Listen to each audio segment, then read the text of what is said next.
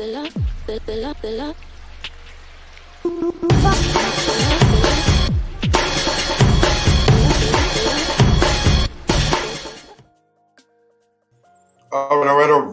This is the bottom line. We are back, and I got my brother online. And when he is very stationary, we're going to get started. But this is going to be a great podcast. This is going to be a great talk. This is the weekend review. There he is. Jay Boogie. What up, Jay Boogie? What's going on? What's going on? All right. What's going on? Great, man of God. Good to see you. Hey, before we get started, man of God, I just want to say this, man. I'm grateful for you having you on the show. We thank you for just the time that you're coming off to help us this weekend with the weekend review. You know how we do. We talk about movies, review, main thing is Jesus and God. But the thing is, what we do is review movies, talk about movies, our perspectives here and there. And we're just going to have some fun with it. Before, though, we get further into this, I want to show you something or get a shout out to you. Happy birthday, belated birthday once again. All right. So I appreciate it. You so welcome. So on behalf of the Bottomline podcast, this is for you, sir. Happy birthday. And to Amari, happy birthday. Got fireworks going. We're gonna celebrate y'all. That's the love. Happy birthday to the fam, even to my daughter and my son as well, Trey, Henry, and Kaya Boyd. This is a great month of birthdays. It's a big time month of birthdays. But we are glad that you are online, my brother, and celebrating us this weekend in this podcast show. But other than that, how's your day? How's your week? Let you get some talk in. Listen, pretty good. Today was a recoup day. Spending a lot of time in the week just going. And so today I had to catch up, realign, get refreshed, and then now I'm here. Amen.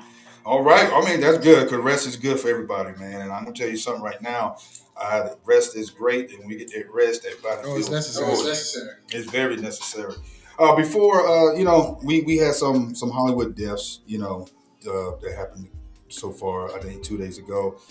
Just found out about, and we're going to already shout out to the previous episode today with Kathleen O'Hara. We're going to shout out to her, a great actress. She died at 71 years old on January 30th. That was yesterday. And, we know her from Home Alone. We know her from Beetlejuice, mostly for Beetlejuice. And then Home Alone was like a stable role for her. Give us your thoughts about that, man, and how you feel about that, man. What kind of actress was she to you? I stumbled across the post the other day. And I'm just trying to fix this lighting. So you got some pretty good quality. I stumbled across the post, and it was a little bit of a shock to your system. Anytime you're reminded that people you've gotten to watch for years. Obviously they're human. But anytime you're reminded of mortality, it really puts Hollywood and life into true perspective to underline that point that they're just people just like you and me.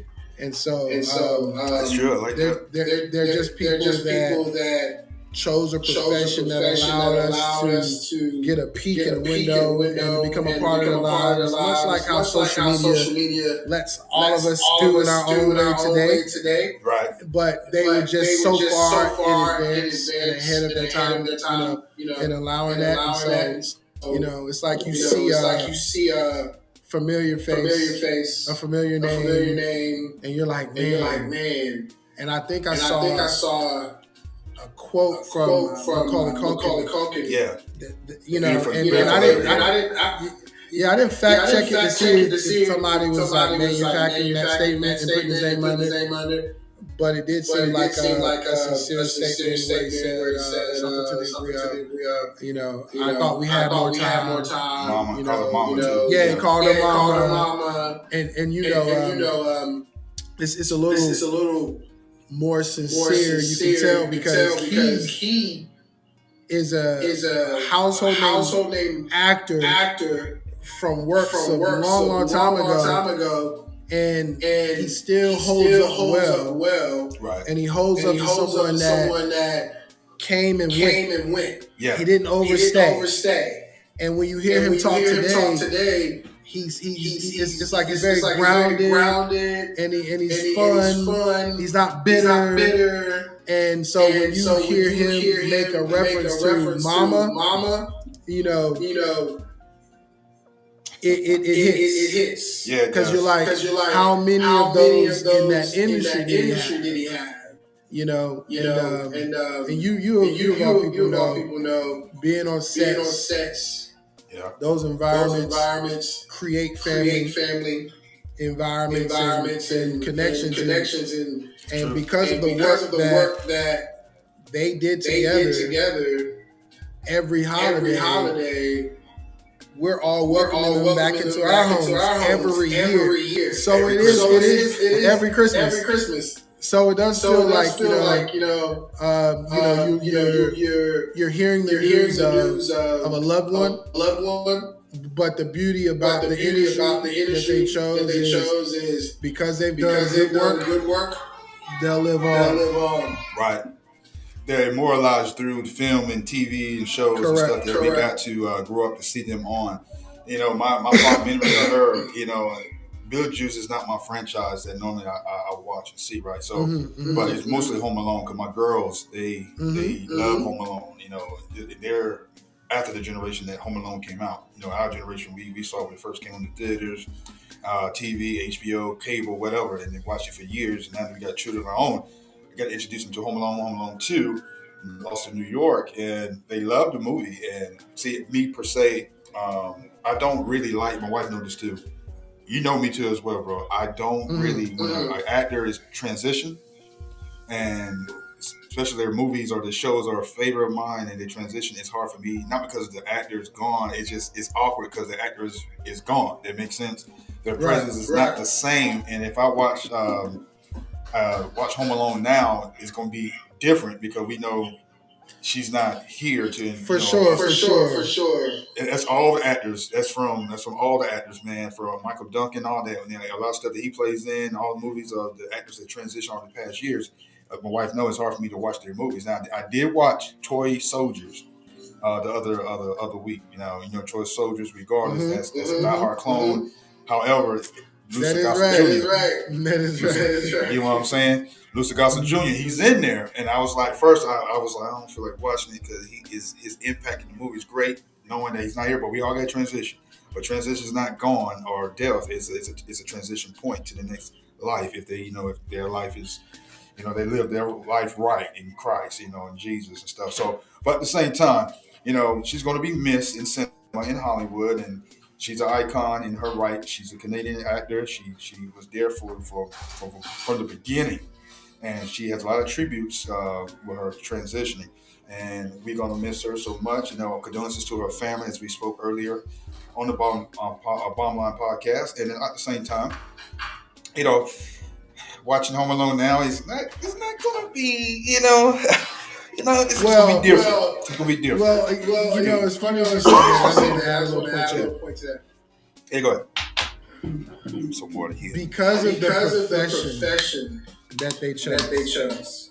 Right. Meaning to be on camera. It almost feels like when they do pass, they left a gift. Yes. Because outside of entertainment, whether it's music, whether it's movies, whether it's even authorship. It's a little. Yeah, it's a spotlight on you now. It's almost like the gift was left for us to enjoy. Right. There's a something. Spotlight. I'm trying to. Spotlight. There you go. Okay. Can you just a little bit more? A little bit more. He got his own podcast studio over there. Look at that. We got some lights. Excuse me. Go ahead.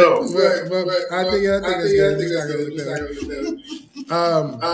But what I was saying was ultimately is it seems like because of the profession they chose. When they do pass, it makes you, it helps you really appreciate their gifts. And in other cases, in most cases, oftentimes all that's left is a picture. All that's left is a memory, but they have memories that they've shared with us all because of that. Because, not to segue, but since this past holiday season, watching her in Home Alone, I was always a big fan of John Candy. Right. And so when you see her singing John Candy, you're just going back to man, John Candy, he was such a good guy, And so now to your point, as we watch Home Alone for the years to come, because they just had lightning in a bottle with the type of movie it was. Their exchange, although different time points in which they pass, it will hold a little bit more weight.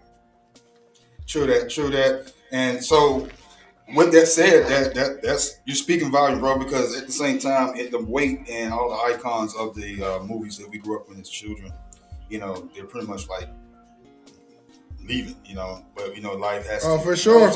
There's an end, and for us at the same time. So, but we got to live what we can for the fullest, brother.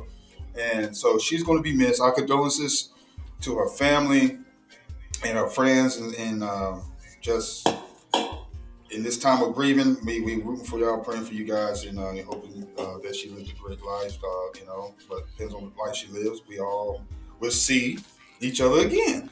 And another note, we had another icon to us all from Sanford & Son. Yeah. Woo! Well, I found out this out today. 79 years old. He became a man of God, a preacher, Desmond Wilson.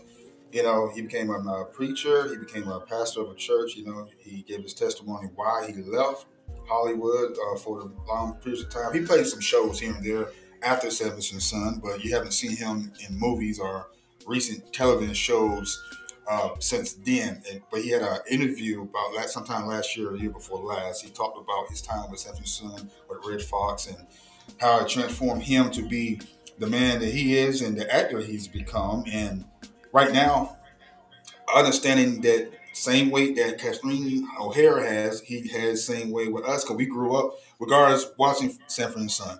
And seeing him and the dynamic between him and Red Fox, it was funny.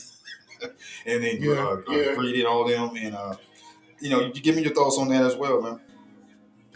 I think for a long time, until you become mature, you can look at what's on TV and think that's real.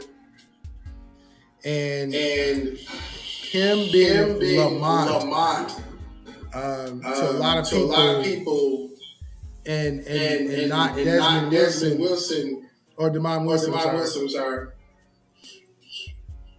You think purely that relationship with him and Red Fox, what you saw on screen, you that Red Fox became the bigger name, or was the bigger name. So just from that standpoint, where there's no Sanford & Son, you don't really think about his contribution to art, to entertainment. And it was very recently, I would say last year, he was on a series of interviews. And he was just giving his take and account on quite a few things that were I would say controversial, but his take was so pure, and it really helped you to see like him as a man. That's true. Him who he really was. And I mean, he was a straight no chaser guy. That you can tell. And obviously, the older you get, the less you care about context and how someone may perceive it. But he was just very straightforward. And what that gave me a sense of was, and then just through some of the stories, that he was very much like a businessman and actor. Yeah, he was. And it was very refreshing. He was asked, did he ever talk to Red Fox about his financials and things like that? And he was just like, listen, the guy don't listen. You know, that was him. You know, you can say what you say, but people are going to do what they do. Right. But you also got the sense that he was and always his own man first. Yes, correct. And that I think is a pretty good legacy. And the other thing I add to that is people like that, they may never be the biggest names. Right. But in what they do, they'll be one of the most respected names. I concur with that. I think that with what you just said, it's not always trying to have your name on the map, but what they have done in their respective lifetimes, especially what the Lord allowed them to be in shows like that in Hollywood, representing Black culture, representing their families and loved ones with their name, and the acting prowess that they put into these shows. And when we grew up on these shows, watching these characters, yes, we can identify with the characters on certain levels. It depends on the lifestyle, depends on the era, depends on, you get what I'm saying, the situation at the time. But then, like I said, as we got older, the maturity kicked in, and we appreciate the craft that they put in and allow us to not just follow in their footsteps, just saying, hey, we would like to be in, their shoes one day, and we understand, me and you in the industry, we understand what the industry takes to get there. However, with these actors that has done it, they paved the way. They had some great philosophies, and he likes to teach young men and women about the industry. He never gave anything like vague, but he just told the truth. Right, for sure. And what he saw, especially for the Black culture and how, each of the Black actors were treated going for getting roles, auditions and stuff, even himself, even the dynamic between him. Dynamic between him and Red Fox. So he gave a lot of insight on that, and it's good to hear. I think the interview is on YouTube and things on YouTube. If you look it up, YouTube with Desmond Wilson, we give our condolences as well to his family and children, grandchildren, everything he has. So in this time of grieving, we want to lift you guys in prayer as well as we continue to talk about these icons of cinema. Whatever their lifestyle, how they doing, that's not up for us to decide, because we don't know what's going on behind the scenes with that, but what we see on screen. If I may have one more point when you're done. Go ahead. I'm done. My soliloquy is over. I appreciate everything you just said.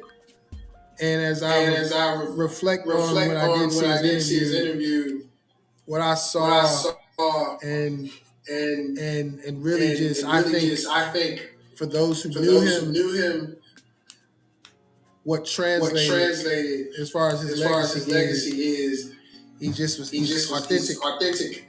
Yeah, he was. And what interviews I did see, do you realize how many people he actually the recent ones too. Do you realize how many people he probably delivered from just okay, I'll give you an example. There are people that believe your talent alone makes you the biggest names in entertainment. Right. And if you listen to his interviews, he shows you it's not just talent that makes you the biggest names. And if you have to compromise who you are in order to become a big name, maybe you want to think about that. And I just think that leaving that behind as a part of who he was, I think that when I say deliver, I think that really helps people who move into industry understand there is a threshold, and then there is with which you'll find great success at, and then there is or there can be a compromise at time if you want a certain level, and you gotta decide for yourself if that is worth it or not. I think he just made that plain. I concur on that. I concur on that. He was a pioneer, man. He was a pioneer of what he did, especially that time. And it was hard to Yep. get in showbiz. Not really hard. It was a difficult journey on certain levels to get into primetime TV and have a primetime show like that. You know, regardless, we wasn't born when the show actually aired, but we enjoyed it. We enjoyed it when we seen the reruns and everything else, and we understood like the area and that time period of that. Excuse me, when that show was aired. So, yeah, we just give our flowers to him, and should have got to when he was alive as well. But give a man flowers now to all these actors and what they have contributed to, cinema. However, yeah, we're going to go ahead and get to what we want to talk about, and Let's go. Is I got to do this because I think Universal with this Fast and the Furious thing is redunculous. Oh, what's going on with Fast and Furious?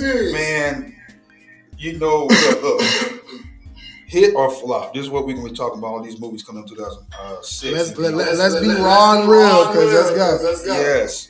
Vin Diesel says that, the title of the new movie is called Fast Forever. You give me your thoughts on that title.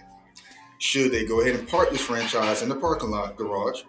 And do you see any spin-offs coming? In short, great title. What? No. I'm answering according to what you're asking me. This is not my opinion on the movie. From just a pure title perspective. Right.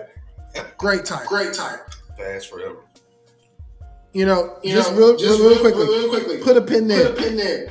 In the last Bad Boys, what was it called? Bad Boys Forever. When you heard that title, Bad Boys about to die. No. Okay. Let me go back to For Life. Yeah. So For Life, right? That was Bad Boys 3, right? Bad Boys 3. When you heard Bad Boys for Life, the first thing I remember thinking was, that's a perfect title for fourth Bad Boys. Yes, it was. But they went ahead with it. Then they did Bad Boys Ride or Die. Then Will Smith does an interview, and it's like, in retrospect, we probably should use the For Life for the four. That means you, the individual, they got nothing to do with the franchise. Your perspective is probably right. As a fan also. So going back to Fast Forever, great title. However, this would be the 10th film. Mm-hmm. We can move on, but I'm just saying, great title.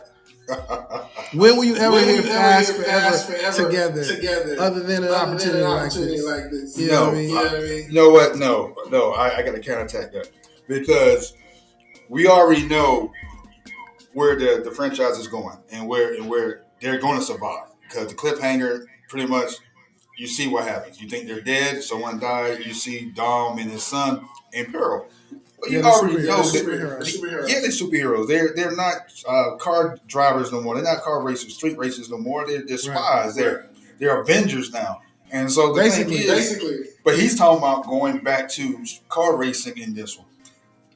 It blows my mind even to ask you this question: why now? See, you had let's break it down. You had Fast and the Furious, which was nothing but Point Break. I hope you got a list, bro. Because there's a long list of movies. Yeah, I got a list. Trust me, it's embedded in my head. You got Point Break. Fast and Furious 1 was Point Break with cars. That's all it was. Great movie. Okay. Great movie. He left that the sequel because he didn't want to do the sequel because the director and everything changed. So you got Paul Walker and Tyrese Gibson to do that one, which is Too Fast, Too Furious, which is one of my favorites. All right. I love the direction. I did want to see if Paul Walker was a heavyweight actor or not to carry that movie. He was. Mm-hmm. And he did it. And Tyrone Gibson did a great job. And John Singleton did a great job. Ludacris, all of them did a great job in that movie. Now, let's jump to Fast and the Furious Tokyo Drift. Okay. Threequel. Really got that connection to the first two. Then at the end, you saw a connection only there I because enjoyed it. It just didn't make you feel connected. I enjoyed it as a standalone. It just didn't. It wasn't continuity until what you're talking about now. The end. Exactly. It wasn't continuity until you saw Vin Diesel be Dominic Toretto at the end. And then here comes Fast and Furious Part 4, which is a slight reboot / sequel. Okay. Now Lily died. Paul Walker character Brian is back into the law enforcement. Toretto is Toretto. And so he's come back because Lily died. Then you see all of the man with Justin Lin did it with that. Then all of a sudden, here we go. Where is this going? Because now it's like a rehash of part 1. Let me add this. Go ahead. To your point, up to Fast 4, it was a reigniting of the franchise. So that means everyone's excited right now. After Tokyo Drift, Fast, the original cast comes back. That's new life for the franchise. Okay. No, go ahead. That's all I was saying. Okay. Well, with that point proven, it's a new life. It's great to have all the returning characters back. However, you should have kept that going in 2 and 3. Now, came with a part 4, which is a jump point for a new trilogy. And then so you see what happened. You see at the end that you got Hobbs coming. Dwayne Johnson, and 5, which to me was the return back to form. 5 was equivalent to part 1 and 2, and so 5 brought the series back to form. Now all of a sudden, you got the heavy hitters coming to the series. I'm like, and then it's a prequel. Now it's a prequel story. And I say, okay, I love where it's going. You got me again. Then here comes 6. I love 6. 6 is one of my favorites as well. 6 is up there in the top 1 and 2. Well, actually, 6 is my number 1. 2 is number 2, and then we just pick either one. I'm not gonna lie. 5, 6. I can get them easily confused until I watch them. Okay. That's what he came in. So I picked 6, 5, 2, and then you can pick whatever the rest of them besides 9, and wherever we get that point in. 6 was their Avengers movie. They did everything in that movie. Took out a plane. Vin Diesel character survived a bridge jump to save a female while breaking his neck. They're superheroes. Now all of a sudden, I'm like, okay, this the bad guy. Owen. What's the bad guy's name again? Shaw. Which one? Shaw. 6. Yeah. That was their Joker. That was definitely their franchise villain. Only thing I hate with these franchises. And do you have a echo in the background? God, I can hear it too. You can hear me? No, I hear. Are you watching the broadcast on YouTube or something like that? No, it's probably. No, it's in my ear. Okay, got you. Well, it's just the same time. Let me see, make sure it's on me. Okay, it don't matter. So at the same time, I'm like this, like okay, cool. So 6 was great. Then you come with 7 with Paul Walker. Transition from there. It made $1 billion. The first one that made $1 billion. I'm saying, okay, I see the direction. It's almost same like 6, a little 5 in it, right? But now they're pretty much international spies. Going over for Mr. Nobody. So you see, the outcome. You understand why Paul Walker died. They didn't try to do a little continuation. To me, they should have ended there. That's just me. Now you come out with 8. Then you got Friday Frey, or how he says his name. I said just butcher his name. Friday's director. He directed Fast 8. So you got Fast Gray. Yeah, Fast. Yeah, Gray. F. Gray. Then he directs 8. I'm like, okay, see what he can do with a big budget in a blockbuster franchise in Fast and Furious 8. And all of a sudden, he brought the action, but then you change the dynamic from hero to villain. But he really wasn't a villain. He had to do it because of circumstance. I bought it for a minute. Watched the movie. I like, okay, all right. That was fresh stuff. It had no choice to go that route because they had no ideas. So I gave 8 a pass. It hit $1 billion as well. Then here comes 9. Now, 9, Fast and Furious 9, Furious 9, whatever it was called. You went out of space, man. And so that right there ruined that. No, you know what? That was crazy. And so I'm like, no, they did not. Now they joking about making fun of themselves about their characters if they could die now in the movie, if you saw that parody. And Tyrese Gibson, I can't die, man. I'm unstoppable. I'm like, no, don't do this. Now, really quickly. Go ahead. I want for context for whomever watches this later. Remember that the landscape in which Fast is performing in now is an MCU that is killing everybody. Killing everybody. It's dumb. Okay. It's dumb for a franchise that started out with street racing in cars. And now you're superheroes, you're Avengers in cars now. You're super spies in cars. No, sir. It has to end. 9 was the last draw. I didn't mind the cartoon action. I didn't. But when you go out, when he could, with all that stuff that he could have died in, and then they went out of space, that was a draw. And then you threw a little flashback here, how Toretto and how Toretto and Jacob, became what they were. 9 should have been a prequel of their childhood, like the flashbacks gave, which was awesome. The flashbacks was the best part of the whole movie. The rest of the movie Oh, you haven't watched it? No, I watched it. I'm saying like that was a widely shared view. Yes, by many. It was like you should have gave us more of that grounded story. Yes, and that's what he's trying to go back to now with Fast Up Forever, and this is where we're gonna lead to get to that one. So now 9 had flashbacks, then they have modern day times and flashback, and then it crashed and burned. Then you come out with 10, they're trying to bring it back to 5, 6, 7-ish style action. And then all of a sudden when you did that, I'm to a point like, oh my goodness gracious, man. This is ridiculous. And I'm saying now you got Jason Momoa, you got to go back to 5. Now here comes a villain from 5 to 10. And I can't stand whatever is going on here. Let me see here. From 5 to 10, and at the same time, you talking about what you're hearing? Yeah, I'm hearing, but it must be on my end. And so I'm going like this, like, oh my goodness. I said, you trying to bring it back, but it's too late. And then with the cliffhanger, I was like, okay, that's it. I said, you know what?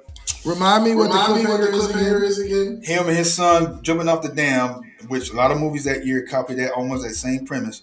Jumping off, the train in the movies, but jumping off the dam with bombs, escaping the flames, barely escaping, hitting the river, and then you think he survived. You survived, him and his son. Then Dante, you think it was over. Then he blows the dam. Here comes the water, cliffhanger. Then Richard, to play Richard, turn heel, blows up the whole ship, the plane. I said ship. The plane that the rest of them was on to meet Toretto, and you see the plane. I keep saying ship. The plane crashed, and that's it. And then I'm like, okay, I know they survived some way, somehow. They didn't show how they got out. I get it, but didn't let it die like that. Okay, we understand there's gonna be a sequel. We understand someone had to survive. What Vin Diesel was doing after the movie. Now you got him talking about this movie gonna be like this movie. He can't explain what the sequel's gonna be. Hey, Vin, we get it, but you kind of killing the momentum for the sequel because now you pretty much telling us that y'all survived. We don't know how y'all survived, but you're telling us y'all survived, and you going back to the roots. I'm like, that's all you should have did. Like this. To me, the last one, Fast 8. Anything past 8 was unnecessary. Yes, that's just That's where I leave it. I think I fell asleep on a plane watching 9, and I said, "This is never happened." Watching a fast, and the thing that gets you is if you go back and start rewatching these movies in this particular order, whichever order, right, you're reminded of why you like the franchise. You're like, but then you know an inevitable drop-off point is coming too. It's kind of like you go back and watch Game of Thrones from season 1 and get just as caught up in that series. But then you know, man, season 7 is almost over. Season 8 sucked. Yes. Okay. I didn't watch it. I heard that. It's the same thing with this franchise. So for what it's worth, the movie. I'll give you my thought. The movie is gonna flop. It's gonna flop. And look, I can be a gray area guy, but since you're calling this hit or flop, yeah, I'm gonna say flop because I've had to hit snooze like on the last couple. Yes. Because this is gonna be which number is this one gonna be? 11. Yeah, 10 and 9. Snooze. I fell asleep on the plane on 9. I tried to get 10. It's fresh eyes, it's freshness. Right. And, good perspective. Okay, let me just watch it. Same thing. And I'm like, this has never happened. They messed up their formula. As a matter of fact, it became very obvious. Okay, The Rock is out. Okay, so all these big buff guys now are really in some way replacing him. And then the one with John Cena, you kind of get a sense of they're getting a 2 for 1. You're getting a Rock replacement and a Paul Walker modified storyline. Right. You get what I'm saying? Well, let me say Brian O'Connor. Yes. Modified storyline. And it's like, all right. Everybody don't gotta be a brother, a relative, or something that we ain't heard about. Somebody you thought was dead that's alive. It's like formula wise, I think we're good, guy. I think you ran your race. Well, Dwayne Johnson supposed to be back as Hobbs. You saw at the end of Class X. Excuse me. Listen. I was yesterday, last year, years old. Whenever I found out that to many people, his appearance in the Fast franchise is what put him on the map to people. And maybe because it was true. We come from the wrestling. We know his start there, and so we follow him in Hollywood and we're rooting for him. But I didn't know that Fast Five to people that made him a serious star. I was like, what? Well, think about it. Look at the movies he had before. Now, Rundown's still my favorite of all Dwayne Johnson's. Rundown, that's what I'm saying. Rundown was good. Rundown was great. A great adventure movie, action movie. Show his acting skills. His Schwarzenegger-ish. Schwarzenegger was in it. He said, "Good luck." Get past the toy. I loved that part. Now, however, Walking Tall, Faster. That was pretty much watching that one. That was a pretty good one too as well. Snitch. I didn't really like that one. Oh Lord, don't get me started with what's the man? My mind about to go blank with the ape and the alligator. Rampage. Oh my God, that he ticked me off in that one because it was about the monsters. Let them have their moment. But he made Let them have their moment. You do not have to put. Look, all his characters was special forces style something. And his contract and his system for his production, he writes his own character, and he got a contract that he can't be beat. You cannot beat me in movies. I said, what? Him and Vin Diesel, all these muscle stars had that. However, him and the gorilla, then the alligator rampage the city. I'm like, the gorilla and the alligator is fighting. The gorilla's getting beat down. All of a sudden, the gorilla comes back, give him adrenaline, whatever that stuff they gave him to get in the movie. You ready to do this? He grabs the weapon and runs with the gorilla. I'm like, can you get out the way?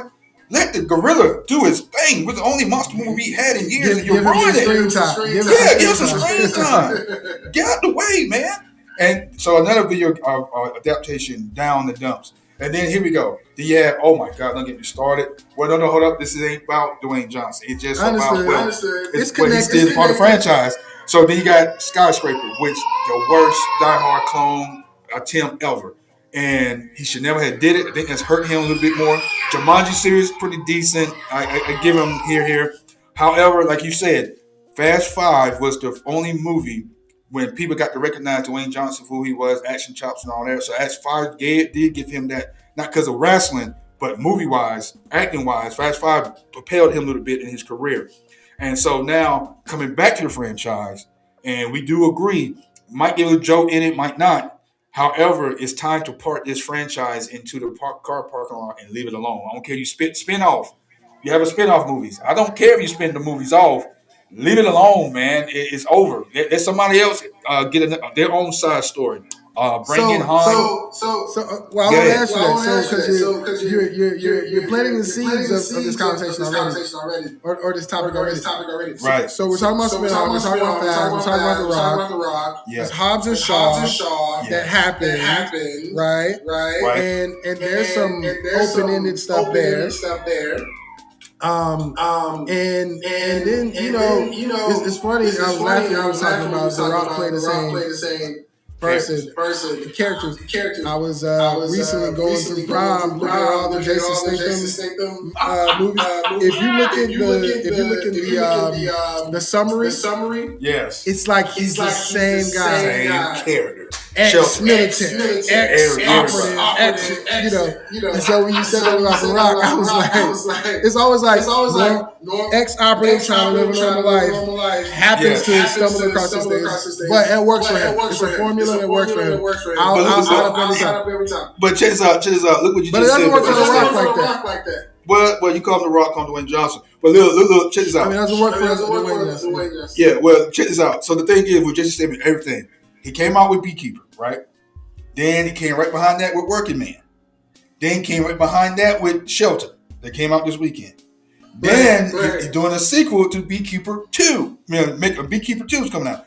He should just made it a quadrilogy and be the same guy just doing some things, parts of his life. But no, it's the same character playing the same guy playing the same character in different name, different genre, different dimensions, different universe. It's crazy to me. That's what we're saying about Dwayne Johnson, the Fast and Furious. So basically, we both agree that this movie's going to flop, and so this movie is going to flop. And I don't care. The fans going to still come out to it, but it's not going to be as big as the other entries before it. Even 10 is going to have a bigger presence than that. And 10 was okay. It wasn't that great. But yes, we do agree that the Fast Forever, I can't see it, the FFF, Fast Forever is going to flop. So if I may, let's add this lastly. Go ahead. I think we all can agree that Paul Walker, the actor, mm-hmm. the character he played, mm-hmm. was the heart and soul of the franchise. Yes, I agree with you. With the actual knowledge that he is no longer here. Yes. You see the franchise for what it is. It's just entertainment. It's just what it is. And the fact that franchise still isn't quite acknowledging him and the departure, and they're trying to still honor him within the franchise, within the universe. That's right. There's the disconnect. That's a big. That's why at Fast 7, when them cars parted, that should have been it. Should have been it. And if you came back and you made Fast 8, and you could really say, we're really done here. Respect to you guys. Exactly. Instead, you're still playing mind games with us. Right. You still O'Connor is alive somewhere, but yet the continuity of his character. And I think it was Fast 4 when he was chasing the guy through the building, jumped out the window. Right. Bro, I mean, epic Paul Walker, right? Epic Brian O'Connor, the character. Yeah. But it's like outside of maybe Running Scared, a movie that slept on by Paul Walker. Yeah, it's another movie that was a sleeper hit. Y'all need to go check that out. Yeah, you didn't ever see Paul Walker quite in that the way that Fast 4 did him. But you're still wanting us to believe he's still alive, and he's just a guy who is trained to be an officer. Right. He's just okay with being a stay-at-home dad now. While his wife, right, and his the friends mom, going out, is out doing. See, you're playing too many mind games with us. So to your point, sir, you were saying. So it's going to be a flop, and you're right because it makes no sense. So we're gonna move on because we both agreed the movie's gonna flop. I'm not gonna say it's not gonna make money, but it's gonna make money. It's gonna make money. It took this long because of the budget he wanted, and then all of a sudden your person was like, no. There's no more life in this. So so let's talk about the real topic, the fresh ones that has been coming out last week. Let's go. Because we had to get that out the way because I'm like, oh my God, just let that franchise live fast forever. Everybody want to put forever on a dying franchise. Fast and the Furious franchise is dead. It's done. Let's go to the next one. Let's go to the next one, man. Batman, did you see what happened to that movie? No. All right. The cartoon that we grew up with, Masters of the Universe. You seen the trailer? I know you have. Seen it. You got some questions. I know. You seen some things. We didn't see Arco yet. We didn't hear Skeletor laugh. We didn't see all the other bad guys besides Evil Land and Beastman. However, tell me how you feel. Okay. Are you asking me hit or flop? Well, don't get to hit or flop yet. Let me know what you saw. Okay. I appreciate that. Let's go. And I was like, I watched the trailer, and I was not left with a feeling of I'm in there. Right. Oh, I'm in there. Right. And typically, if a trailer doesn't leave me with that. Not only do I not watch it on the weekend, I might watch it 2 weeks later, if at all.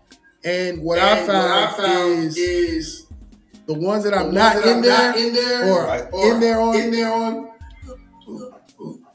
the trailer just didn't translate to me that way. It translated to so many others.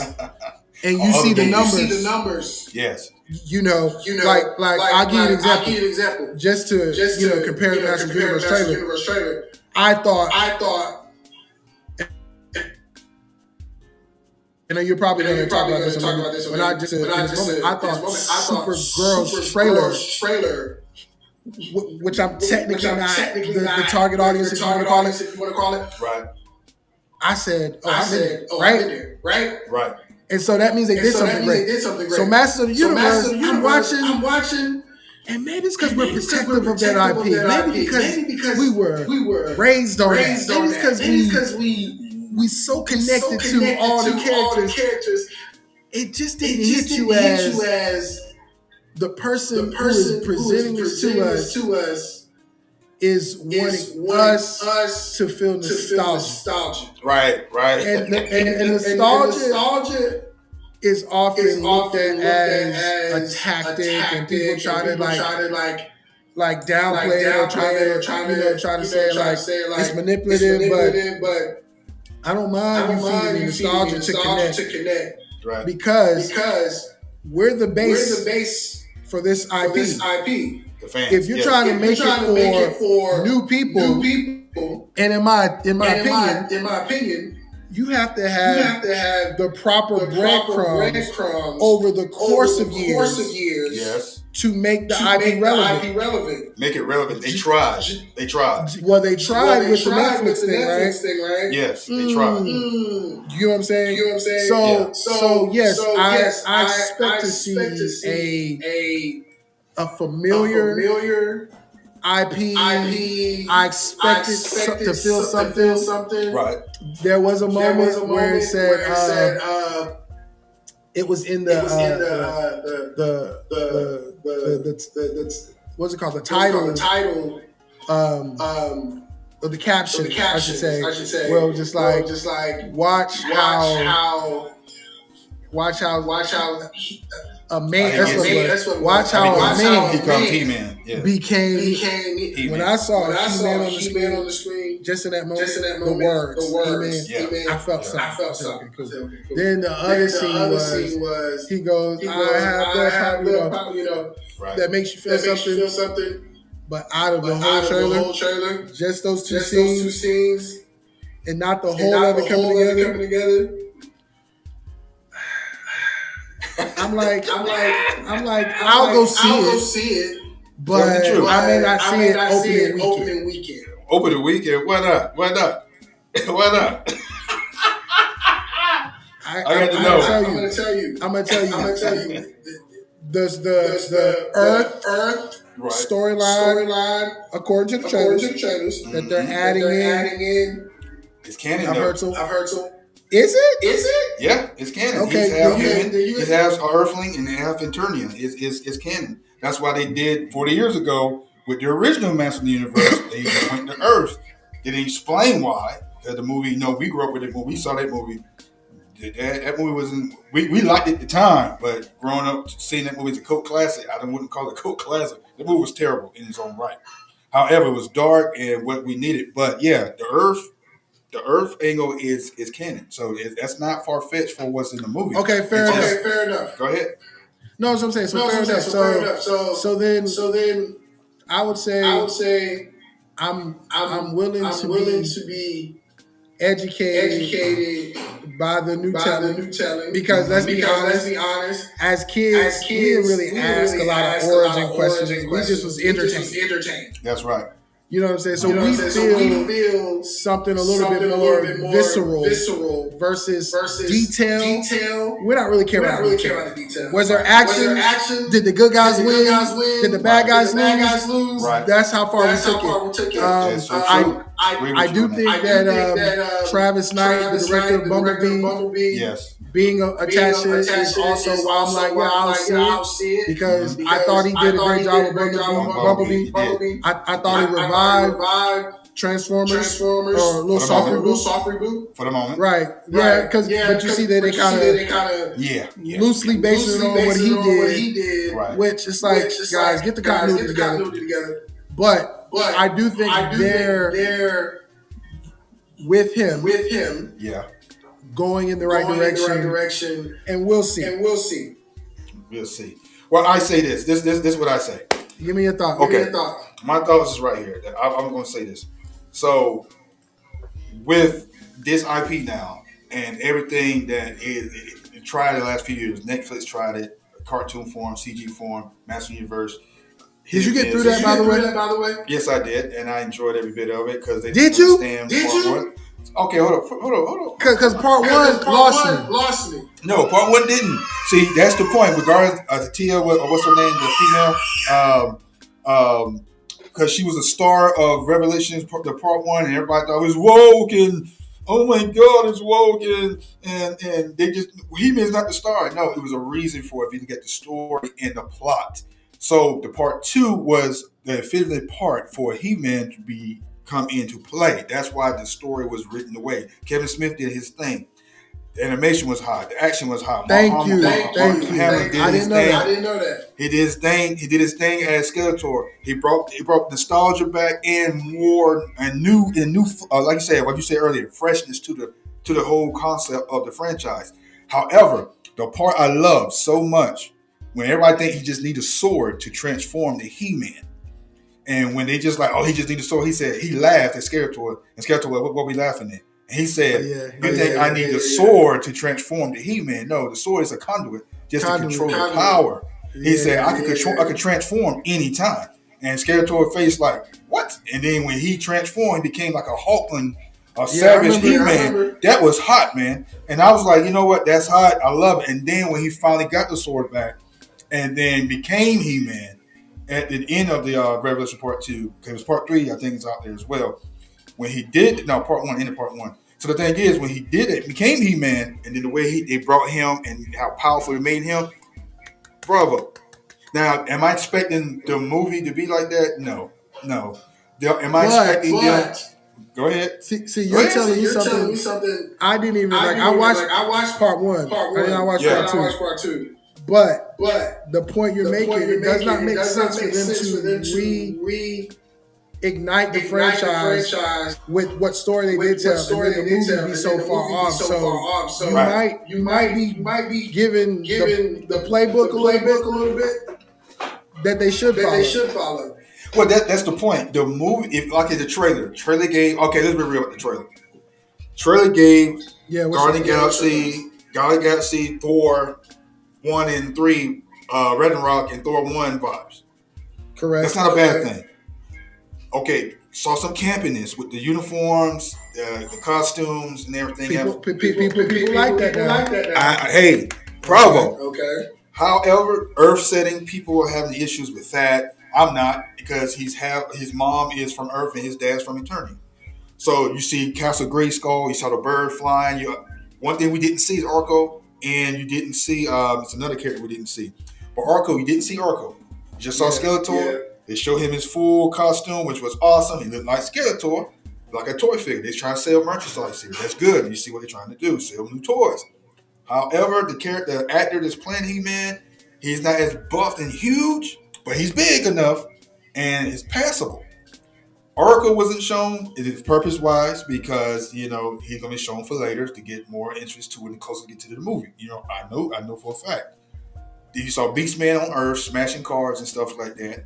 It give you a Marvel-ish, vibe. I was gonna say that. It was reminding me of that Doc Ock Spider-Man moment.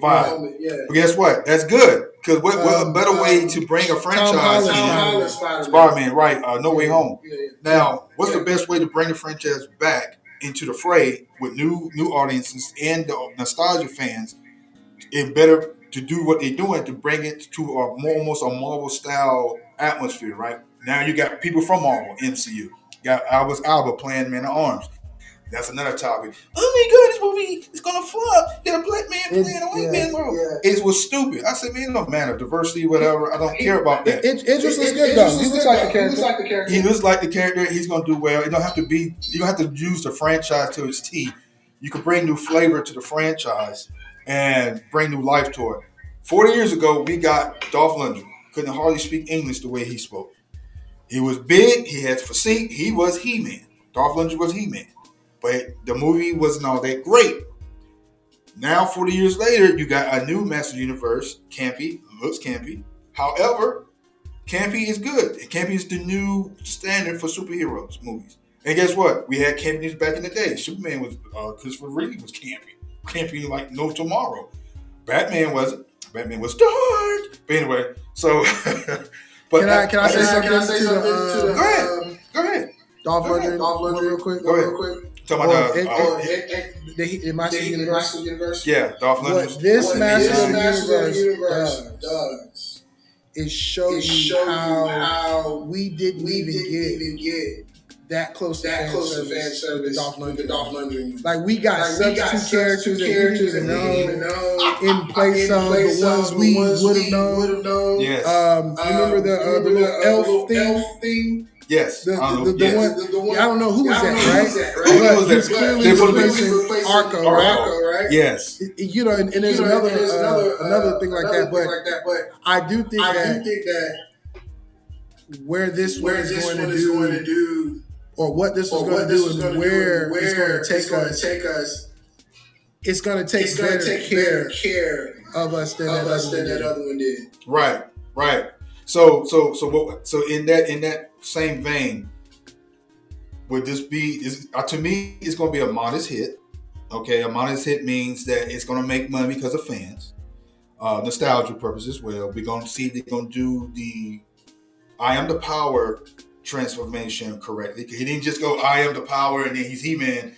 Then that's it. Yeah. No, he did it. Point the battle cat, turn the battle cat into the cat to the battle cat. Then before he went, I have the power, he go, I have the power with the sword. Then he pointed. We saw in the trailer, he pointed up to the sky. You saw the flash. He was a conduit. Yeah, conduit, yes. Yeah, so I hope it adds that part of, I have the power with the sword. But then seeing everything else, I'm intrigued and I'm interested because I don't care about status quo anymore. Because when you go to a status quo, like you said earlier, a formula and a blueprint, sometimes that blueprint don't work for everybody because the demographics coming out to see these things. That's why you got to add certain things in it. Now, the studio could ruin it. Like I said, you know me. I'm character progression, plot, story. Production, I would never go against production because it's hard to make a film. It's hard to even make a TV show, even a short film, even a 3-minute film. It's hard. So I would never go against production of any film. I don't care if the film sucked, just like Morpheus. I feel you. But it's just what kills a movie is the editing room and what the studio wants to put in. That's what hurts the movie. Me and my wife, we watched a documentary on the Dolph Lundgren version of Master Universe and what happened, why the movie where it was, when they had to cut in, cut out, had to put in, put out. That's why I'm mentioning Dolph Lundgren couldn't speak hardly English after Rocky 4. They got him for the role, but he couldn't really have. That's why his lines was kind of short in the movie because he couldn't really speak it. But he looked the part, but in the action, but that was it. However, we watched the documentary. It was hard to make that movie. That movie was not fun to make. You know what I'm saying? Production wise, money wise. So they had to take the movie to Earth to cut down costs. That's why they did that. Now with the new one, they got a big budget. So you can see the special effects ain't shabby, ain't bad. Oh, for sure. They just need to cook it more, but at the same time, it still looks interesting. But the question is it going to be a hit or is it going to be a flop? I agree with you. I think it's going to be a modest hit. Only because people want to reward your thoughtful attempts and not your cash grab attempts. Right. And the fact that this isn't the fifth one, this is the first one in some odd years. Or since the Dolph Lundgren one. I think that the fan base is gonna pull up. Yep. I think they're gonna have their opinions. Right. But I do think that it'll be a modest hit that will be telling if they continue in the franchise. All right. Okay, I agree with that. We agree it's going to be a modest hit, so it's going to be a hit. I'm going to go to your territory. I'm going to go to DCU. Okay. I'm going to go to the DCU. I'm going to see how your thoughts on the DCU. I'm going to hear your thoughts on their movie coming out this year in October, Clayface. How you feel about that, brother? Oh my gosh. Well, I will say this. Clayface in the Batman animated series was very intriguing. But that whole Batman animated series was done so well, right? That many people say, like, yo, you inspired the movie, you inspired how we're going to do these characters. Like, the storytelling alone was like beyond just a cartoon, right? And Clayface is a very interesting character for animation. Why? They're making a movie? I couldn't tell you. Right. And I'm going to say DCU fanatic. No. Yes. I'm going to say as a Batman purist. No. Not the Road Gallery. Not the Road Gallery, just Batman. No. DC over Marvel, for sure. See, he had to do all that. But when I'm saying you had to go there. As a Batman purist. Yeah. And I watched just some context. I watched what's it called? The Harley Quinn animated. I wanted to see how they set that. Harley, she's a character all in her own. She's a star, DC. So I'm like, okay, how do you carry a story without the mention and showing Batman? Right. And they had some interesting elements, but to be honest, bro, until Big Dog comes on the scene. It can be DC stamped all day long. Right. It just won't feel like DC. It's not going to be DC. Right. The only other person that has that standalone power is clearly Superman. Right. Everybody else, because they've been developing and trying to establish them and not giving them the same attention that they've given Superman and Batman over the years. They gotta have one of the OGs like cameo real quick to ground it. Yeah. So if we got a Clayface, a Rogues Gallery villain of Batman, let me say, who, mind you, is popular from the Batman animated series. Right. That's true. He's made up for the have other villains with more compelling stories For instance, Mr. Freeze, Batman animated series gave his story some element that made him multi-dimensional, right? Right. All in all, what I'm saying is, unless Clayface has some serious Elseworld take, or I would go so far as to say they're trying to create their Rogues Gallery villains. It's like they're emptying the IP out the closet. Let's give this guy a shot. Let's put this one in. Let's put that one in. Let's see how the fans are responding. Unless it's to build up something greater, or make him an anti, right? Like an anti-hero. I just don't see the point. I agree with you, brother. I hear the plot of the movie it sounds good. They're taking cue from one of the episodes when he got introduced. Clayface, he's an actor with the chemical and the cream and all that stuff that made him the way he is. I like to hear that part, but they're trying to make it a horror versus what it's supposed to be. So yeah, okay. I'm already out there. See, okay. Well, that's just from rumor, but they're going with that premise. You got however he's going to be created is up to James Gunn. So, because it's coming out in October, so they're trying to make it a horror spectacle thriller or whatever, even a horror. But at the same time, I am with you because he's not as a popular character as Mr. Freeze or other rogue galleries of Batman, Joker, over that to make a movie world unless you have a genuinely going to introduce Batman in this movie. And the only way that I think that Clayface is going to be relevant if you introduce the new Batman from in this movie. Because, the new Batman from James Gunn DCU is coming out, The Brave and the Bold and the Brave. However, there's another controversy on that movie, who's writing that movie, same person that wrote The Flash. But at the same time, if you introduce Batman in Clayface, just like they did in Suicide Squad, you saw Ben Affleck Batman show up, take down Deadshot, then capture the Joker, which was hot to me. I love that part. That's my favorite part of the movie, technically. Just the little short cameos he had. That made the movie irrelevant because you watch the Suicide animation cartoons. Batman was all throughout the Suicide cartoons. And so, especially Assault on Arkham Asylum, you know what I'm saying? And I love that one. That's what I'm with you. I don't see this being a modest hit. I don't even see it being a money maker. It's because of DCU, they might just check it out. We're going to see the critics part of tear this movie up. They might be actually good movie. Don't know. However, unless you get the final remarks on Clayface, we're just gonna move to something else. Here's what I'm thinking. Okay. Because I'm looking at their Rose Gallery, mm-hmm. or his Rose Gallery, right? And I'm realizing. But before you go, do we agree it's gonna be a hit or flop? James Gunn's attached. Well, he's unattached. He's just he's the. Oh, okay. I'm gonna go on a limb. Okay. And say I just don't see this working. Okay. So flop. Flop. I don't see it working long term. I see it as a formula for, to your point, Halloween, whatever. Let's put something out there to get some people's money. Mm-hmm. But if you don't even get caught up in that whole thing anyway. Right.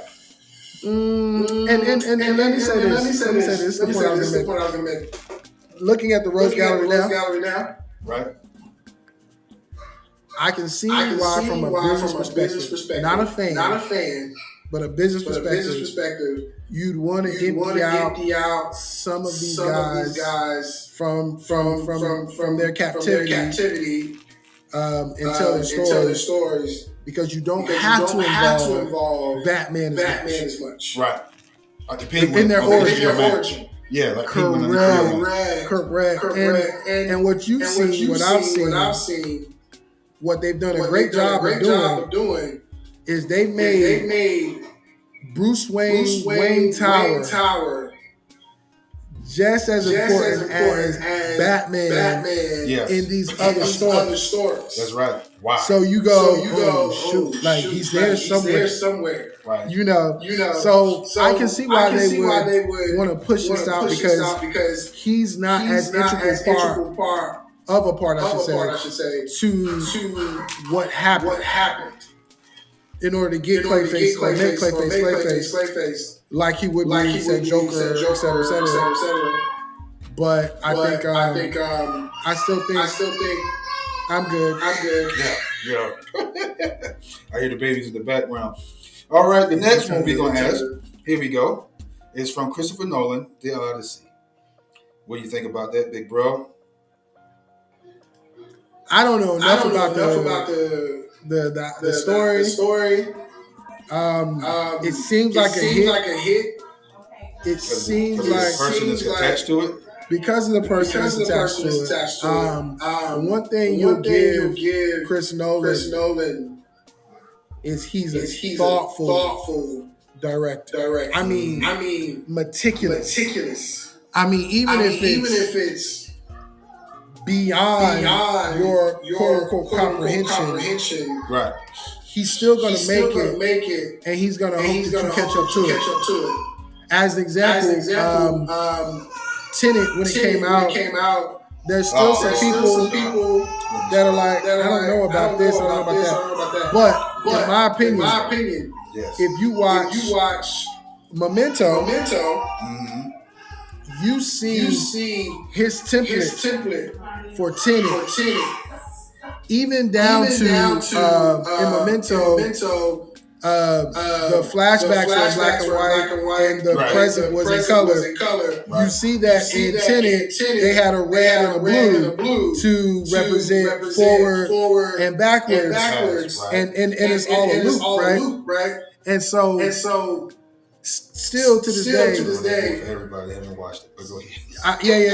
But I'm saying, but still to this day, look, if you haven't watched it by now, spoiler alert, but I just helped you. Watch Memento. It may help you understand Tenet, but still Tenet by itself is still one of those. I don't know. So Odyssey seems to be a very straightforward telling. It's not something he's experimenting. It's not a Chris Nolan IP. It's a Chris Nolan telling. So I think it's going to be for sure a hit. You said hit. I give it a meh. This is not called meh or flop. This is called hit or flop. It's your show. I'm going to give it a. I'm not going to say it's not. See, a hit. Now, what's characterized a hit? Okay. We're not talking about just box office numbers. We're not talking about just the stars in the movie. We're talking about what draws the movie. Well, that's star appeal and you know what I'm saying, to bring to the movie. A hit is overall like the Dark Knight. Dark Knight was a hit. The reason why Dark Knight was a hit, you took formulas from the original Batman, because Chris Nolan said it himself. He took the idea of what Tim Burton did in Batman 1. He brought it to the Dark Knight, and you balanced it out from making the villain and in his Dark Knight, you made the villain and the hero balanced out. You made the Joker the star, but you still balanced out with the hero. Now, that was a hit because you balanced it out with the hero and the protagonist and antagonist.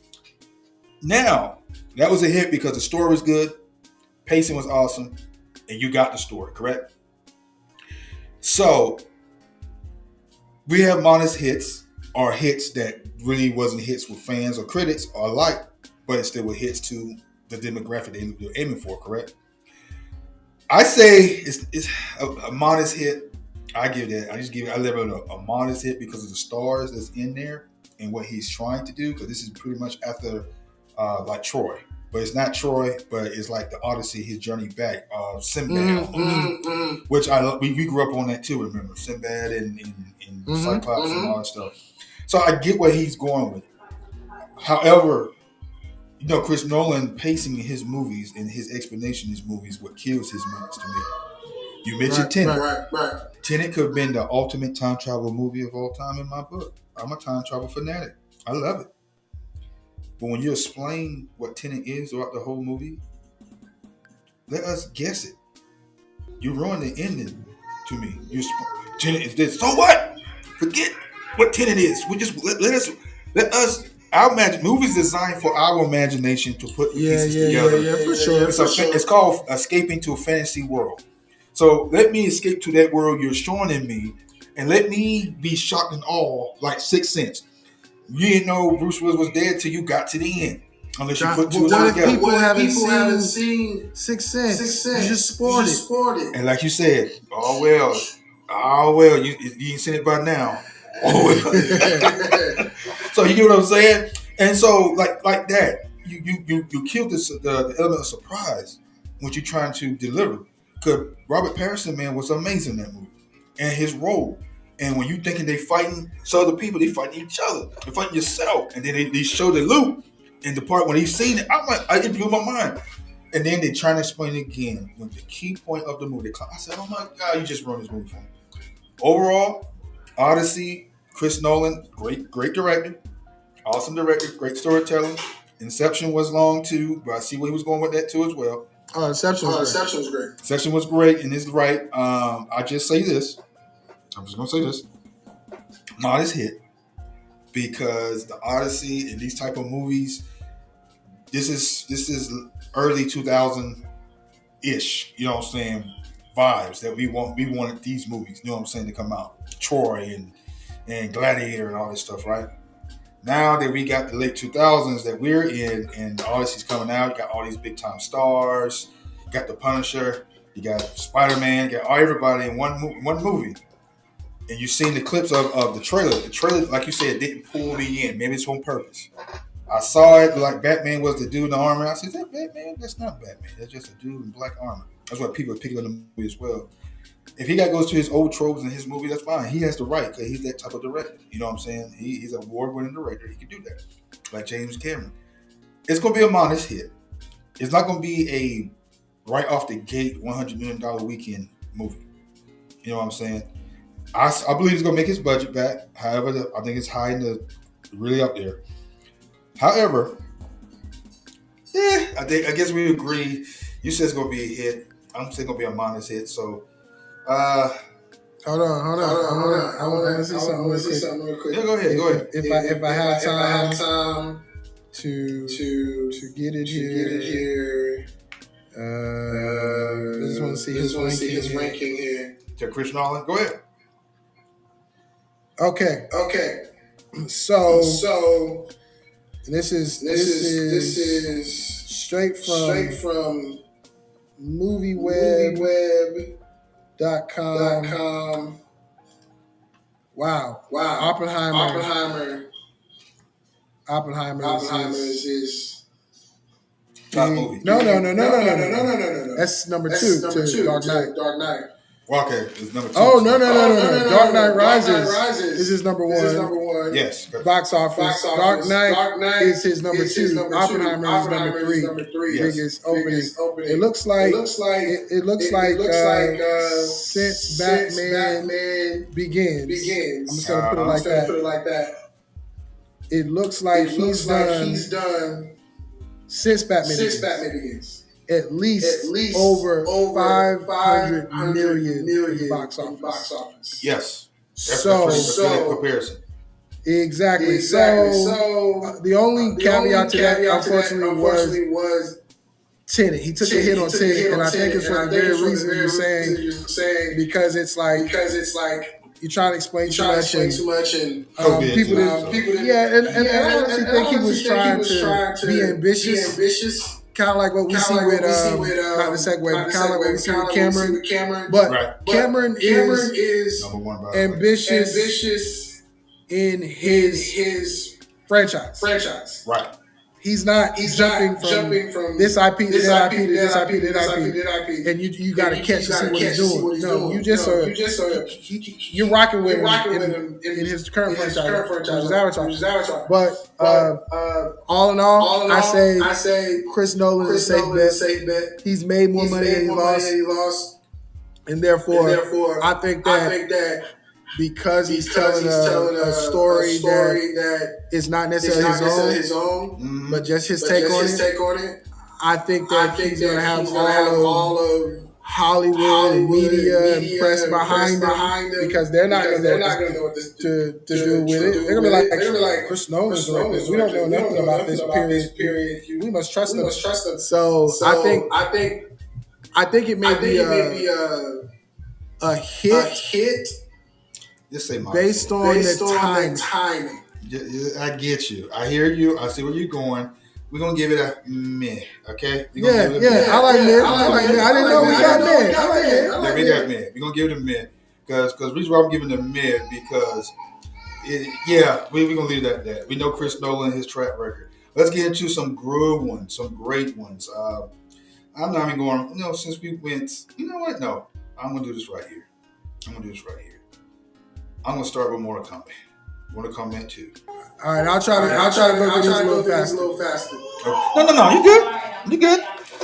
Mortal Kombat 2. Give me your thoughts. I'm looking forward to it. I enjoyed the first one. In this new outing. I was not sold on the Johnny Cage pick because we know the Mortal Kombat comes from the martial arts folks we grew up with. Right. Bruce Lee, and even a lot of the characters that they base Mortal Kombat on are from even down to I'm trying to think. It's Liu Kang. Yeah. Oh, even like Raiden. Like, we saw that character in Big Trouble Little China. So White said the same thing. But however, man, you got to understand the reboot. You got the one we got 3 years ago, which went rated R finally. It was decent enough. Didn't make Liu Kang nobody main star. You used Cole, and then everybody didn't like that neither. But you see what it did with Scorpion. Sub-Zero was the main antagonist in this one, which was awesome because he's one of my favorites of the whole franchise anyway. Not Bohan, but his brother, but Sub-Zero period. Now, got part 2 with Carl Urban playing Johnny Cage. And this is what they remind me of, Logan. Remind me of a Wolverine, Logan style, washed up actor, which is awesome. He's older than everybody. But he still got martial arts skills, and he has the skills to pay the bills. I liked it. You know why I liked it? Because it's not trying to make it for the youth. It's making it for the demographic, especially the men. And I like the way it's going. And then you see the trailer. They said the test screening for this is on the level of Avengers Endgame. And they said people loved it. They pushed it back to this year because they didn't want to rush it out. Last year, because what came out last year, they pushed it back because you see all the main movies that was coming out for competition. Right. So I will read this when you finish. Yeah, go ahead now. Do your thing. Go ahead. Do it right now. So I found the list. No, please finish your thought. I promise you, it'll still support what you're saying. Okay, cool.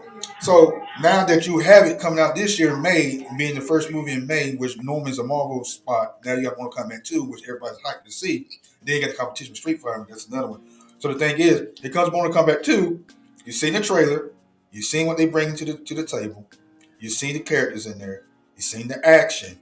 So now the trailer, like you said, has to get you to be get interested, right? I'm already sold. And I was like, okay, now y'all doing this. So I'm sold for Mortal Kombat 2. So, however, Carl Urban playing Johnny Cage is not a far-fetched choice. I think it's a great choice because you're making it more like Wolverine. This is how I see it, my perspective. I see Logan. I see Wolverine. Like, you try to make it like that Deadpool Wolverine style dynamic. Hey, Johnny Cage, we need your help. And he do the Wolverine, the Logan, F off, whatever. You know what I'm saying? So then he see what's going on. He has no choice to join the fray. Mortal Kombat 2 is going to be great. It's going to be a hit. Not a minus hit. It's going to be a hit. Now go ahead and share with your little stats that you got going on. No. So I was saying to my point of the Carl Urban choice, because of the origin of the original Mortal Kombat characters, right? The Carl Urban choice. It seems right today. Right. In comparison to where they started, the origin, it's like leaps and bounds different. Right. And I just wanted to read according to the core character inspirations, Liu Kang, we all know this, model after martial arts Bruce, legend Bruce Lee. Mm-hmm. Johnny Cage originally conceived for Van Damme. Jean-Claude Van Damme fighting game. So it's based on Van Damme's Bloodsport. Raiden from the 1986 film Big Trouble in Little China. Right. Sonya Blade. This is why let me share this because this name doesn't say a lot. I know Cynthia Rothrock. Cynthia Rothrock. Yes. Loosely based on Cynthia Rothrock. You watched the documentary on her too. Watched a recent documentary on her. And then just some of the other guys, Shang Tsung, just kind of classic kung fu films guy. I don't. Goro is from the stop motion, the Golden Voyage of Sinbad. Yes, inspired by that. It says Kano was influenced by the cyborg villain in the Terminator, which makes sense. And then you got Scorpion Sub-Zero. It just said Marvel traditional ninjas, and we can capture that. Like we recognize it from the outfits because we grew up in the 80s where ninjas was everything. Yes. So giving them for sure. So giving them like exactly. So just giving them the specialty areas. I mean that was cool for us, but back to today, I do think the Carl Urban character, Johnny Cage. Will work. I think because he's Butcher in the boys, and he does that so well. Yeah. Immediately, when you see or think of him in Johnny Cage, you're like, okay. But I do think it'll work in today's telling. So you say it's a hit or flop? Because you said a lot to say. Oh no. I'm in there. So it's a hit. So you think it's gonna be I think it's a hit. I think it's gonna be a hit. It's gonna be a hit. I agree with you. I see you soliloquy on that. I agree with you. It's going to be a movie that is going to inspire the fan base. It went to another direction and a level. It's going to be a hit. Not a modest hit. It's going to be a big hit for May. Now, if you go to Rotten Tomatoes, you'll see the list of all the movies coming out 2026. It's jam-packed. Every month is jam-packed with movies, big-time movies. Yep. And the year of competition, the studio competition, my studio movie is going against your studio movie. We're going to see who goes to see what, right? Just like you got in December this year, you got Avengers Doomsday versus Doom 3, the Messiah, right?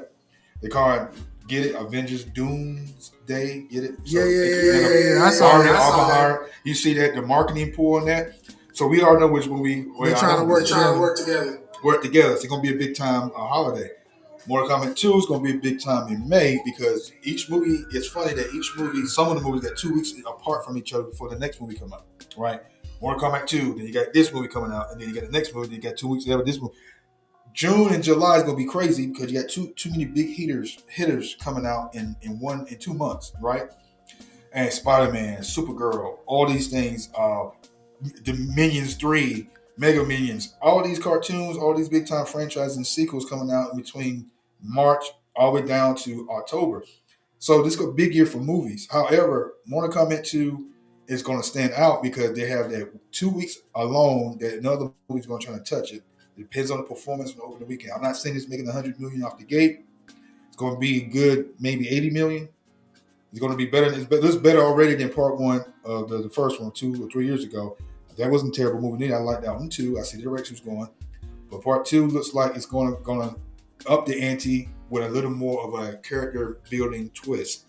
And you're not making certain ones that we thought Liu Kang going to be the star like the original Mortal Kombat from 1995. You're changing the formula up and making other characters shine, which I like. Because you see how young Liu Kang is in the new series. So yeah, it's going to be a hit. And we're going to do one more and then we're going to conclude, okay? And so we can save the rest for another weekend. But the thing is, we all agree that Mortal Kombat 2 is going to be a hit. Okay, let's see which one this is. Okay, I'm picking.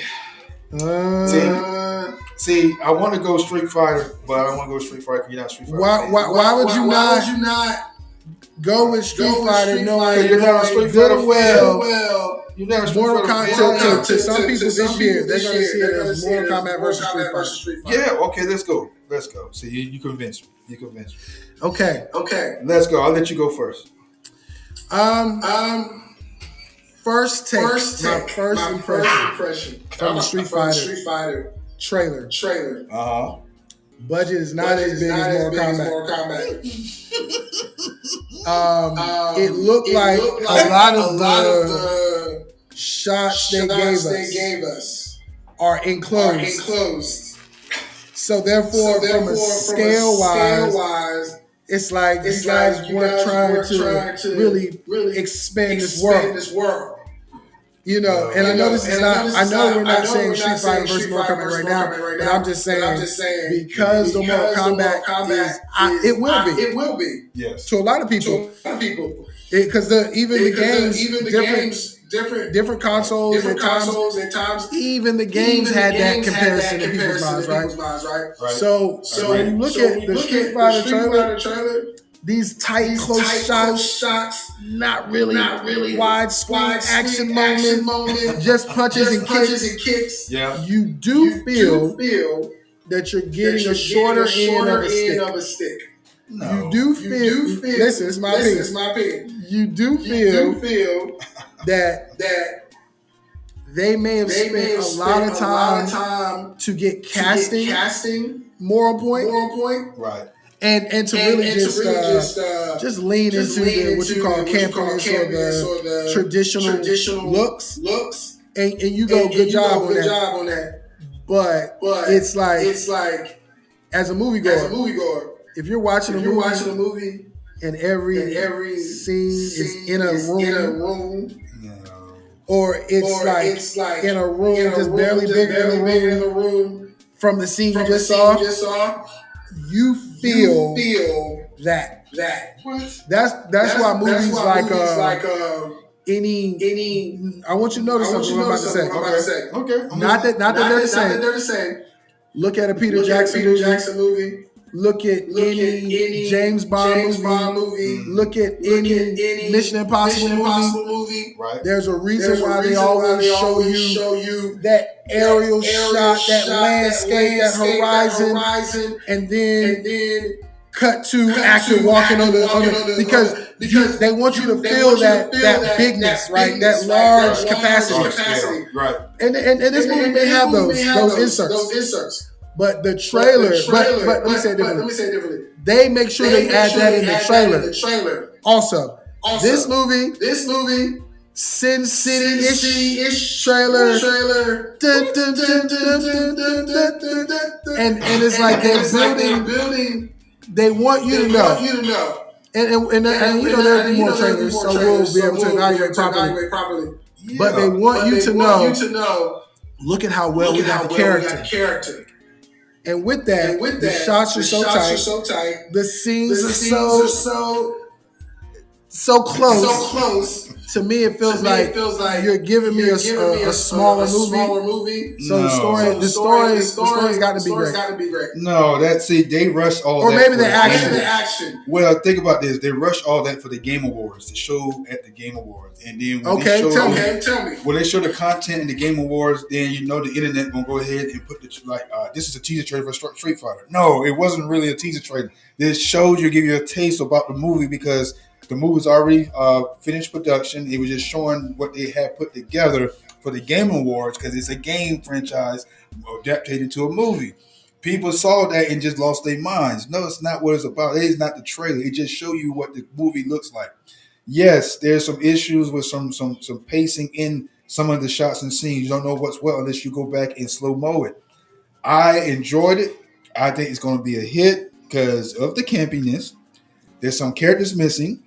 However, I understand that it's about Ryu and Ken, nothing else. Not Chun-Li, nobody else. They're going with the Street Fighter 2 animated movie style / alpha Japanese anime storytelling mix here and there in this movie. It's all about Ryu. They have Ken and Ryu are recruited to participate in the tournament because M. Bison is taking out all the champions. We heard this before, correct? So now they recruit them to fight in the tournament to help them win the tournament and shut down Shalala. It's all about Ryu. It's all about Ken co-assisting with Ryu. It's going to show flashbacks of them fighting as youngsters. They're going to show them now in the modern time. They're gonna be forced to fight each other somewhere in the movie as well. You know what I'm saying? However, you got Akuma, you got all these guys in there, which I don't think why you can see why it's about. It's gonna be it's not gonna be a campy as people think. It's gonna have a serious tone with little jokes here and there. But when they showed the little clips and teasers and stuff, it was just to show where they at with the movie and the progress with the movie. People just went crazy. Sure. Oh my god! It looked it. I liked it. I loved it. Know why I love it? Because it's going to be better than that John Claude Van Damme mess we got. It's going to be better than that Chung Li, Street Fighter, Chung Li, wherever lives, whatever story. Whoa. That mess was trash. Let me say this. To this point. It probably does not hold up. For sure. Because there was nothing American about John Claude Van Damme. There was nothing American sounding. Do you want to go home? Or do you want to go in bed? There's nothing American sounding about that. Nothing. And they kind of toned down his box. You know, that's kind of part of the character. I do think that they were very lazy on, and it was just the time constraints, right? Like technology was. Like I think they were lazy on the Blanca character. I like playing the game with. Oh, I like getting you back into that corner and just lighting you up. I think the Jean Claude version was like, come on, bro, you just painted a guy green, put a wig on him. All right. However, I will say this. In comparison, right? I think the 90s was the 90s, right? Yeah, the 90s was the 90s. Early 90s. It was beginning of early 90s. I think their in Bison was better. Than this current casting, and I think they casted the current in Bison based off the 90s in Bison versus casting him based on who in Bison is. In my opinion, yes. In my opinion, but then again, think about it like this. And this is not the segue, but or intermingle, but it's the same issue that X-Men has with Magneto. Yes. It's like okay. You're not thinking the full capabilities. You're just thinking of who can deliver the acting. Because bring the character exactly. Right. Because you know the special effects and everything else. But we're coming from an era, especially as 80s babies. Physique and abilities were everything. And so you saw the interwoven into these video game characters. Why all these guys are jacked and ripped. If it's not going to matter in the movie, then why are you casting the way you cast it, right? True. Why make the characters the way you characters? So with that being said, I thought the Chung Li in the 90s was a pretty good casting. But with that being said, for sure. But I think the overall takeaway right is the in Bison. I don't take him seriously. Right. In this new one. Okay, I see what you're saying. You don't take the character, the person. I don't take the. This is the same guy that was Polka Dot Man from Suicide Squad. This is the guy that was in that one. He was in Ant-Man. Yeah. Bruh, you know, if they would have gotten, I would have accepted it better. I know we're not having a casting conversation, but you know the guy that was, he's a comedian. He's in the Eternals. They made a big deal because he got jacked up. Yeah. That would have made more sense to me, and I was like, okay, cool. Because of Mystique and physicality, see, they made a comparison who they could have put John Cena, Henry Cavill. Is it Bison? It's in Bison. If you go on, go online and you see the like I said, the bone structure, the Mystique. I get all that. However, we never know what they have up the sleeve with him, and maybe they want to bring that nostalgia from the John Claude Van Damme movie, casting the guy that playing for M. Bison, the new one. To me, if you just get the story right and get the characters to follow along with the story, like Ryu Ken, it's all about Ryu and Ken. Everybody else is part of the story, follow along with their journey. You get that down pat, it doesn't matter. It's all about Ryu. You bring up the other elements about Rio, how you want to call it, Ryu, whatever, Ryu. It's all about him and his journey. And Ken. Ken comes in the midst to help increase and enhance the journey. That makes sense? That's Street Fighter. That's all it's about. Ryu and his journey he's the star of the franchise. It's like taking Goku out and putting Gohan in, which they did, and it did not do well when he was a teenage and an adult Gohan. You hear me? When Goku died in Dragon Ball Z. So why take the star out of the limelight and put somebody in the limelight? And it doesn't work. It happened in Mortal Kombat, the one for the new one. You put a character you just made up, a made up character into the spotlight. Nobody knows what that character was. Like you said in Master Universe as well. Orko was in there. You put an elf style creature in there to be Orko style replacement, and it flopped. So I say it's going to be a hit. What did you say? It's going to be a hit too? I heard it. You said it's going to be a hit. Street Fighter is going to be a hit. It's going to be a hit. I think it's going to be a flop. Okay, so we disagree on that. Okay. I think it's going to be a flop. I think it's going to be a flop box office wise. I think it's going to be entertaining. Right. I don't think people are going to pull up. Okay, so I say this. And notice this. We're undecided on that one. We're undecided. Okay, but notice this. Not to compare. Right. But Mortal Kombat is telling a Mortal Kombat story with actors. Street Fighter is telling a Street Fighter story, and they've brought in real people playing these characters from different sects of entertainment. Right. In my opinion, in hopes to drum up the interest. Because you got a podcaster, you got a business mogul / rapper, you got an executive of WWE. You know what I'm saying? So it's like they're tapping into the fan bases of different people to make this work. That's business. That's marketing. Right. I think that means the demographic. It's going to need all the help that it can get. So that's why I'm saying the demographic and the culture of all the out there. I get it. So demographic has to help this movie. That's what you're saying, because this movie is a diverse movie, character movie, because everybody's diverse all over the world. So we're undecided with that one. We're undecided with that one. I think it's going to be a hit. A modest hit. I ain't gonna say it's gonna be a gigantic hit. I think it's gonna do well in the box office.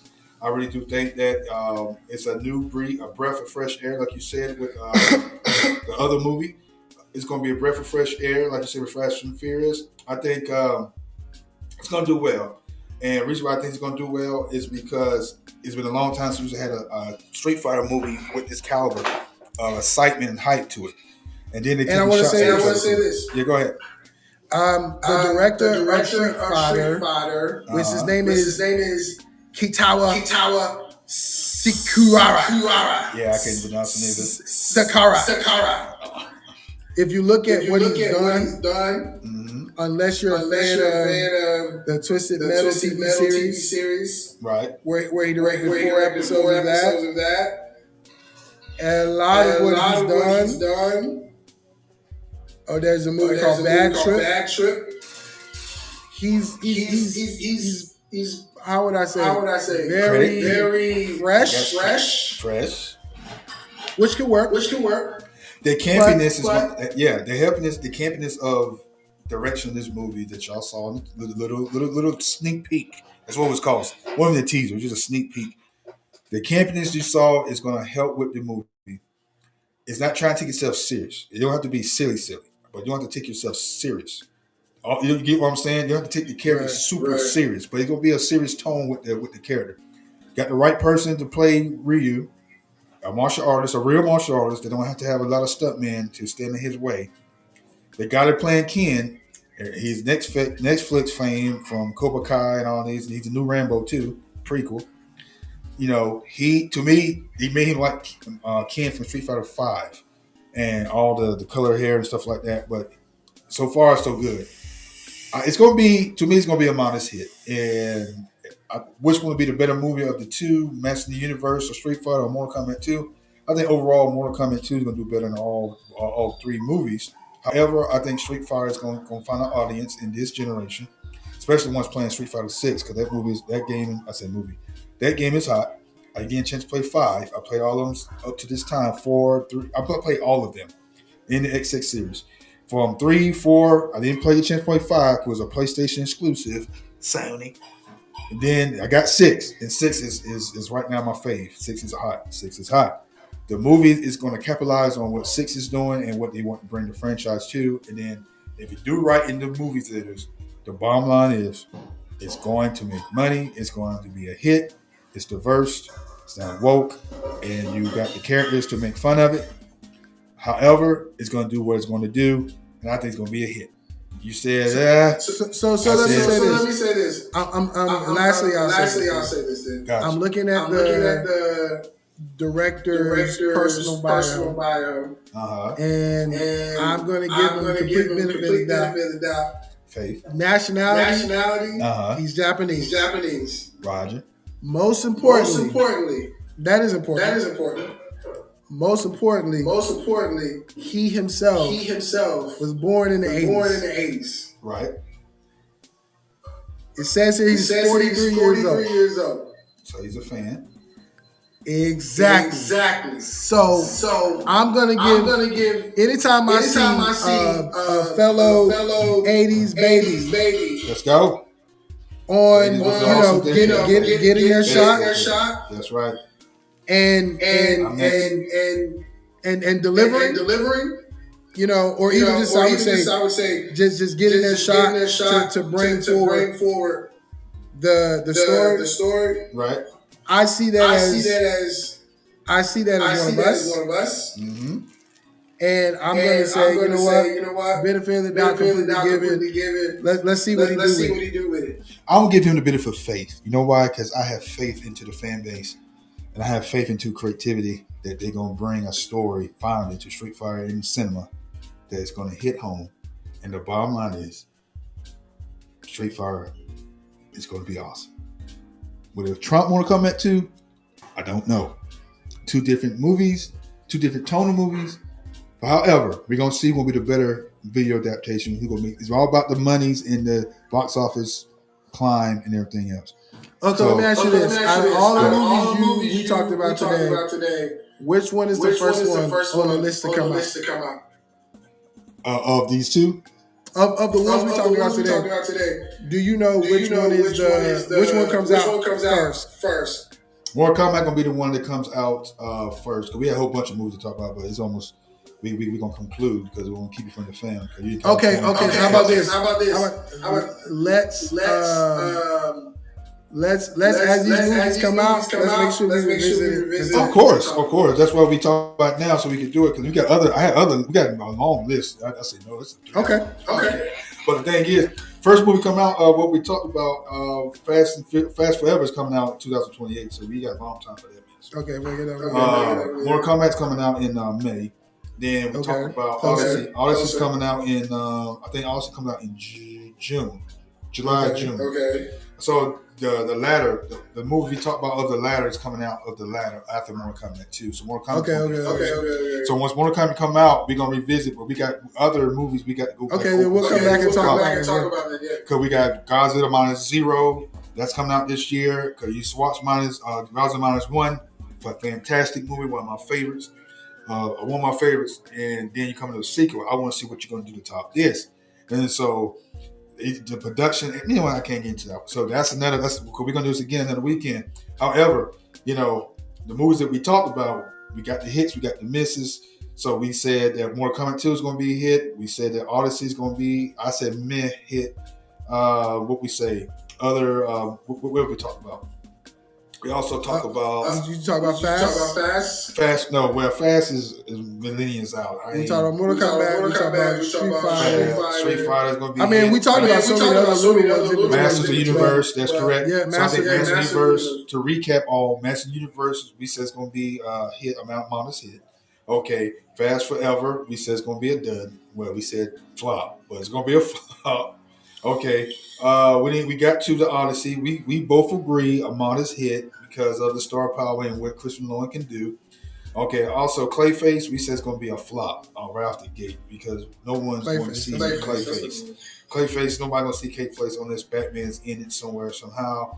We talked about. We didn't even talk about Supergirl. We talked about Mortal Kombat after that. That it's going to be a hit.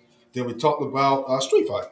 The two main movies, that get people's peaks and interest. So bottom line is, we got the hits, we got the flops. So we're going to see if our predictions are true, and we're going to revisit the movie reviews. We'll come back and talk about it if we love it or not. Not saying this is just our perspectives on these movies. Of course, we make these movies, but at the same time, we got to tell the truth. It does some of the moment that high.